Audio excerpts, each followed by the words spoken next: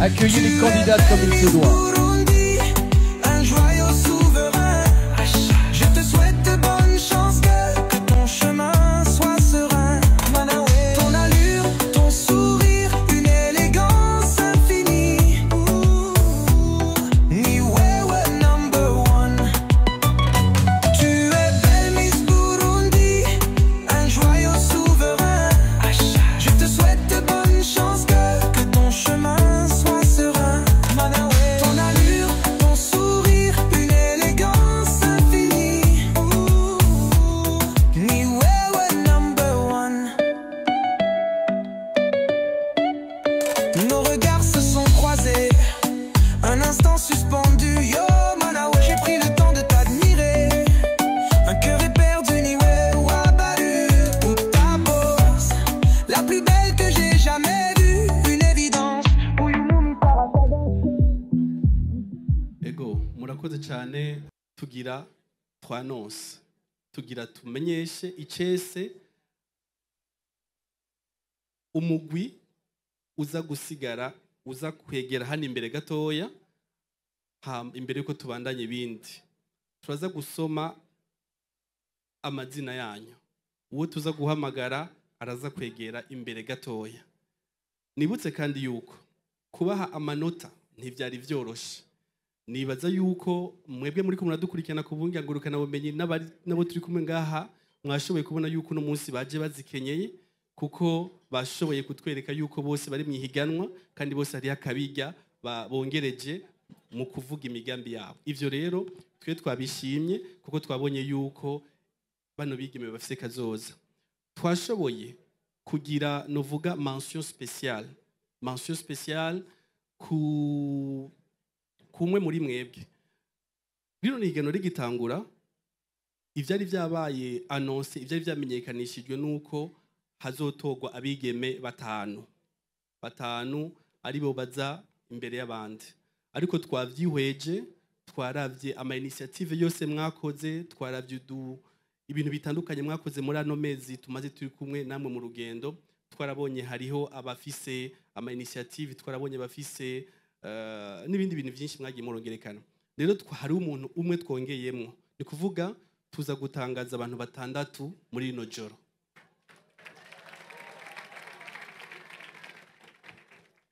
egome reka dutangure tuvuga amazina y'abari muri uwo mugwi w'abantu 6 baraza kuza begere hano imbere hama muri abo 6 tuca tugira umugwi wa kabiri wo kubaha ibibanza n'amatitre niko nabivuga uwo mugwi w'abantu 6 ugizwe n'inumero 43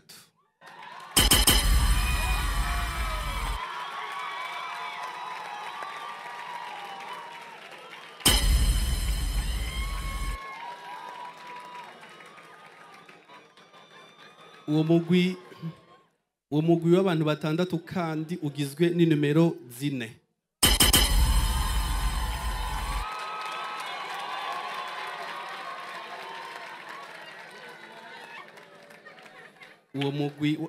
uwo mugwi w'abantu 6 ugizwe n'inumero 41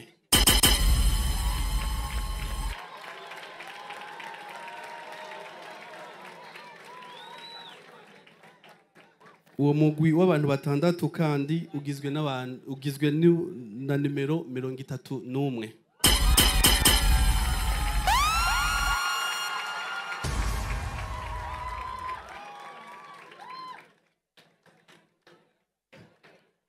ni numero 36 yo kwegera imbere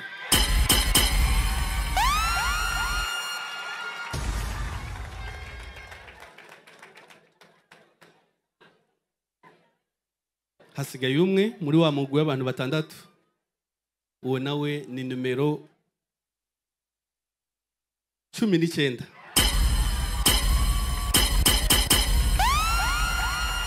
ngabo rero abagize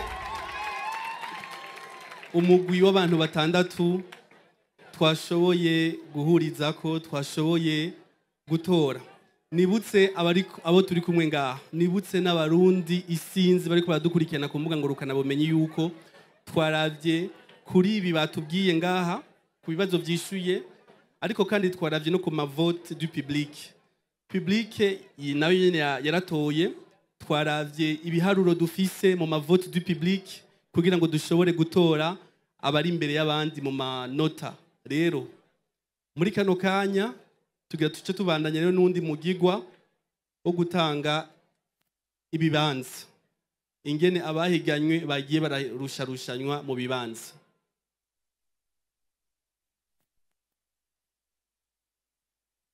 dusabe bagenzi bacu bafise biriya bindi biranga rino higanwa ni kuvuga ama-echarpe ni kuvuga urugori babe baravyegereza kugira ngo tugire ko nk'umugi w'igisahira dutanga ivyo vyategekanijwe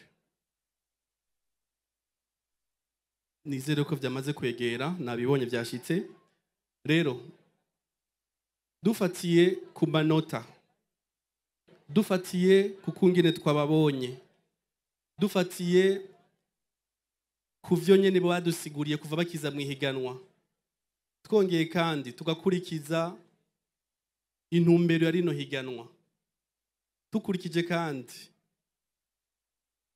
akarangamutima kabagize uno mugwi n'ivyo twiyemeje kugira ngo dushobore gushika kwitogwa ry'umwigeme mwiza w'akaranga kandi acubwenge mu mwaka wa 2025 mu gihugu cyacu ciza cy'u Burundi umugwi utanga amanota washoboye gutanga ibibanza ivyo navyo bikurikirana uku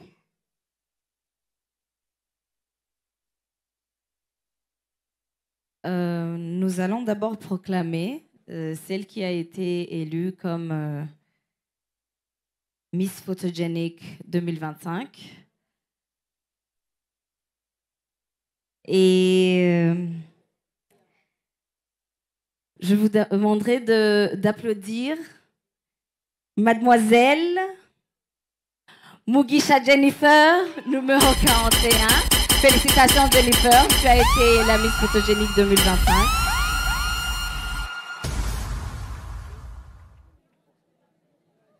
C'est qui le suivant? Nous allons maintenant continuer avec la Miss Popularity qui est Mugisha Monica Céleste.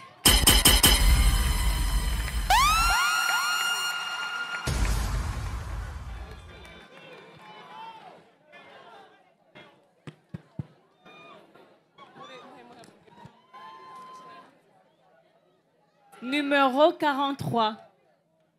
Pour la 6e place, je vais appeler Madame Chloé, s'il vous plaît.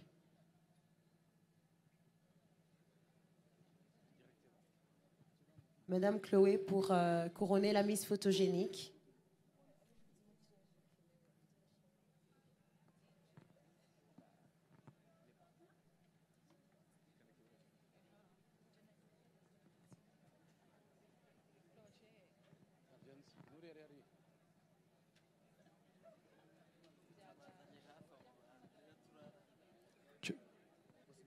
uwatowe kuba Miss Photogenic n'umwigeme Mugisha Jennifer ari ku numero 41 nibutse yuko kino kibanza kigira gatandatu ni mention spéciale ya jury nicari carabaye annoncé au début du concours ariko kubw'ibikorwa twabonye umwigeme Jennifer yakoze ni mention ya jury umwigeme wundi ahabwa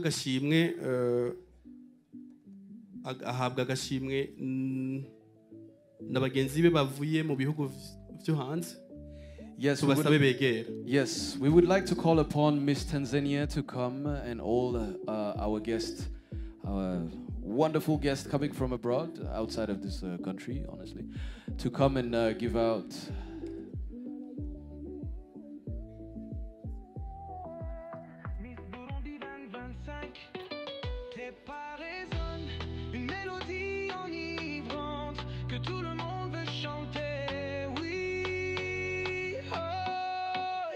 Oh yeah,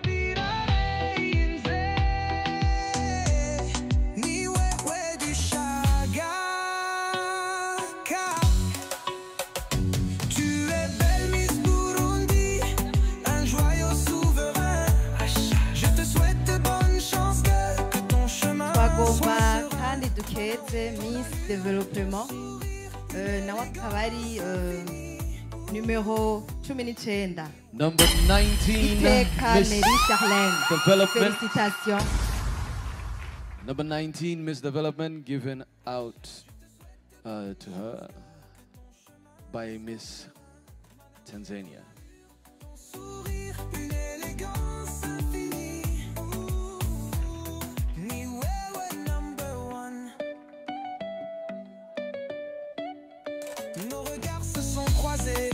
La place suivante, c'est celle de la deuxième dauphine, qui sera la candidate numéro 4, Mazahit Chatania.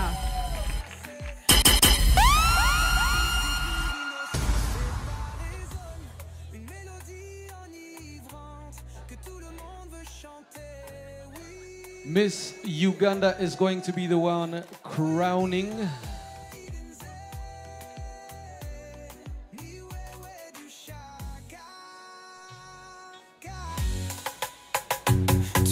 our wonderful guest from Uganda is going to be the one crowning her.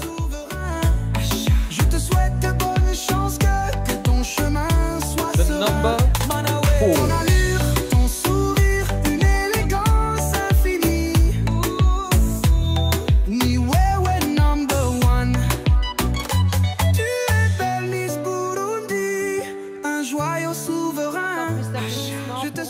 Bonne chance que ton chemin soit serein. Manawe, ton allure, ton sourire, une élégance infinie.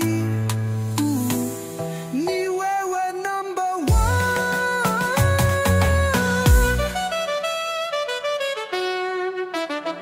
Now our wonderful guest from Ethiopia is going to be the one crowning the Miss Popularity. Un modèle pour tous, Ingo Tujane. Bientôt ministre, docteur Muganga. Belle maman, Umugwiza Tunga. Miss Burundi, un joyeux souverain. Je te souhaite de bonnes chances, que ton chemin Thank you soit very serein. much for our guest from Oromia. Ton sourire, une élégance. Nommée Miss Popularity. twagira dusabe aba candidate aba begega inyuma gatoya babiri basigaye begere hano imbere dushobore kubereka uza gutorwa kuba Miss Burundi. Mwibaza yuko hagati yabo babiri aza kuba ari inde?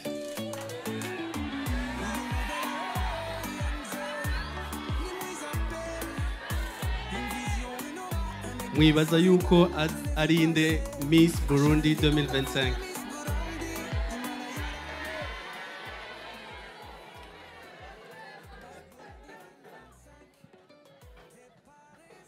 Uwatowe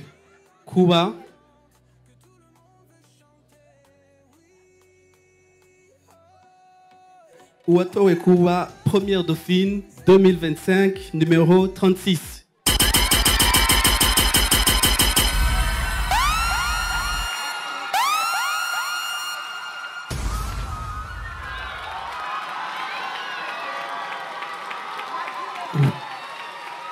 Miss Burundi 2025, c'est Kaneza Kelia La Gloire.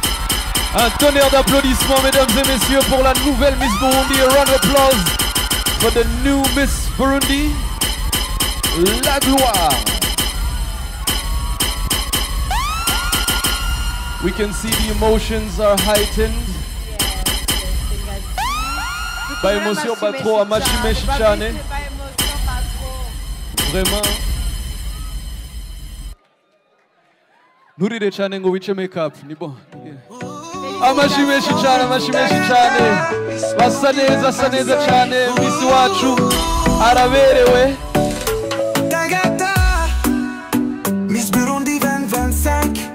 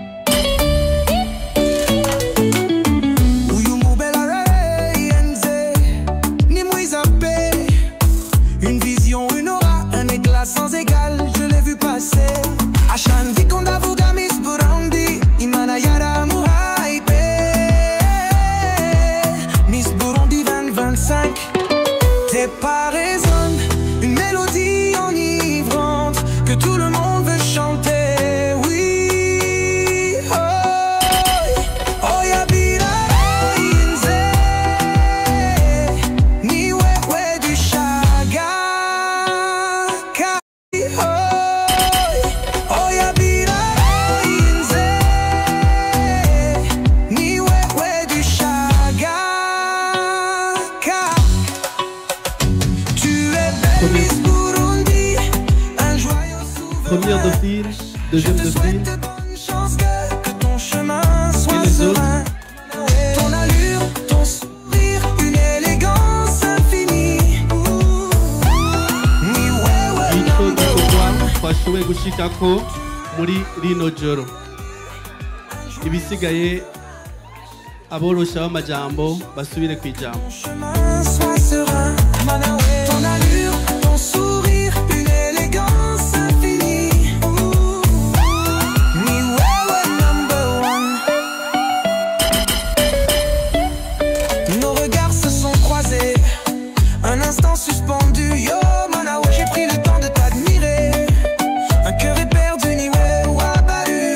Toute ta pose, la plus belle que j'ai jamais vue. Une évidence, Uyumumi Saratagase. Un charme authentique, une pure innocence. T'es pas raisonne. uwo rero akaba ari we yacaguwe kugira abe Miss Burundi 2025, mesdames et messieurs. Sous vos applaudissements, projet yiwe ari projet nziza, yabivuze neza, abisigura neza, ashira imbere ubwenge bwiwe n'ubwiza bwiwe byose nk'umugore w'umurundikazi abikwiriye. Un joyau souverain. Je te souhaite de bonnes chances, que ton chemin soit serein. Manawe, ton allure, ton sourire, une élégance infinie. Ni wewe number one. Tu es belle Miss Burundi, un joyau souverain. Je te souhaite de bonnes chances, que ton chemin soit serein. Manawe, ton allure, ton sourire, une élégance infinie. Ni wewe number one.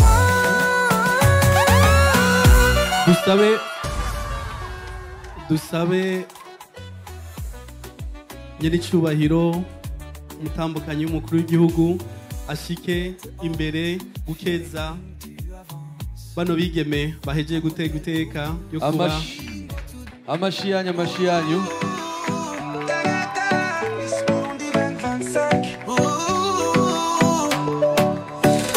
Tagata, Miss Burundi 2025. Amashi menshi cyane.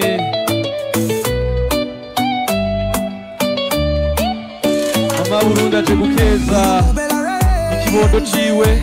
Ni mwiza pe, une vision, une aura. Ayo mashi yanyu. C'est la première dame du Burundi, aux côtés de Miss Burundi 2025.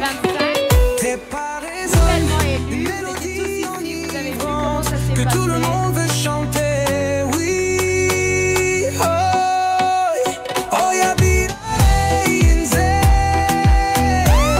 ni wewe du shaga. Miss Burundi 2025. Également la première de film, deuxième de film, Miss Développement, Ton sourire, une élégance infinie. sur demande du jury. Ni wewe number one. Abakobwa b'i Burundi baciye ubwenge bakaranga. Je te souhaite de bonnes chances, que ton chemin soit serein. Ton allure, ton sourire, une élégance infinie. Ni wewe number one. Nos regards se sont croisés, un instant suspendu. Yo Manawa, j'ai pris le temps de t'admirer. Un cœur éperdu, ni ouais ou abattu. Toute ta pose, la plus belle que j'ai jamais vue. Une évidence, Uyumumi Saratagase. Un charme authentique, une pure innocence. T'es pas raisonne, une mélodie enivrante que tout le monde veut chanter. Oui, oh, oh, yabira inze, ni wewe du shaka. Tu es belle Miss Burundi, un joyau souverain. Je te souhaite de bonnes chances, que ton chemin soit serein. Ton allure, ton sourire, une élégance infinie. Nibo bonyene bashaka kubashimira. Ni wewe number one. Tu es belle Miss Burundi, un joyau souverain.